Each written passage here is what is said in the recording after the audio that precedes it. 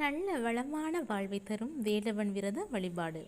வைகாசி மாதத்தில் வரும் விசாக நட்சத்திரம் அன்று முருகப்பெருமானை விரதமிருந்து வழிபட்டால் வையகத்தில் நல்ல வளமான வாழ்க்கை அமையும், வருங்காலம் நலமாக உருவாகும். வைகாசி மாதம் விசாக நட்சத்திரம் வரும் நாளில் முருகப்பெருமானை முறையாக வழிபட்டால் வெற்றி நிச்சயம் வந்து சேரும்.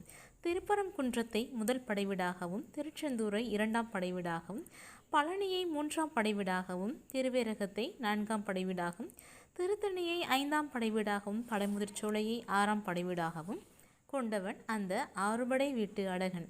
வாரி வாரி வழங்கும் வள்ளல்.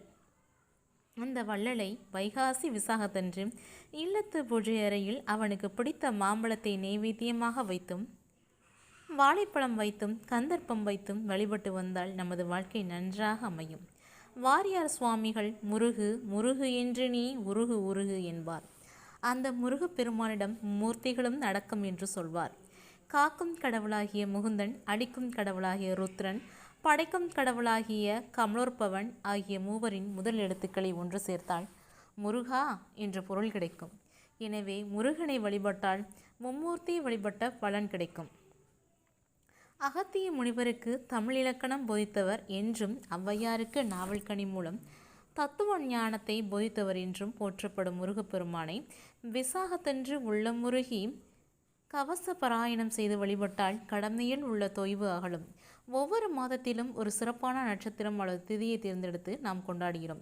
நட்சத்திர அடிப்படையில் வைகாசி விசாகம், ஆடிப்பூரம், கார்த்திகையில் திருக்கார்த்திகை, தைப்பூசம், பங்குனி உத்திரம், மாசி மகம் போன்றவைகள் சிறப்பாக கொண்டாடப்படுகின்றன. நட்சத்திர அடிப்படையில் நாம் தெய்வங்களை கொண்டாடும் பொழுது அச்சமில்லா வாழ்க்கை நமக்கு அமையும் என்பது நம் முன்னோர்கள் சொல்லி வைத்திருக்கிறார்கள். அந்த விதத்தில் விசாக நட்சத்திரம் என்பது முருகனுக்கு உகந்த நட்சத்திரமாகும். அதிலும் வைகாசி மாதத்தில் வரும் விசாக நட்சத்திரம் அன்று முருகனை விரதம் இருந்து வழிபட்டால் வையகத்தில் நல்ல வளமான வாழ்க்கை அமையும், வருங்காலம் நலமாக உருவாகும். முருகப்பெருமானை நினைத்து கவசம் படித்தால் காரிய வெற்றி கிட்டும். பதிகம் படித்தால் படிப்படியாய் துயர்தீரும். துதிப்பாடல் படித்தால் தொல்லைகள் அகலும். இவ்வளவு சிறப்பு வாய்ந்தது தான் இந்த வைகாசி விசாகம். வருஷம் வைகாசி விசாகத்தன்று முருகப்பெருமானை பூஜித்து நம்ம வழிபட்டால் நம்மளுக்கு சிறந்த பலன்களை கிடைக்கும். முருகனே செந்தில் முதல்வனே மாயோன் மருகனே ஈசன் மகனே ஒருகை முகன் தம்பியே நின் உடை தண்டைக்கால் எப்பொழுதும் நம்பியே கைதொழுவேன் நான்.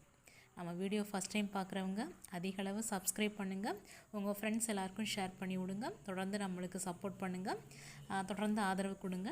நன்றி மக்களே.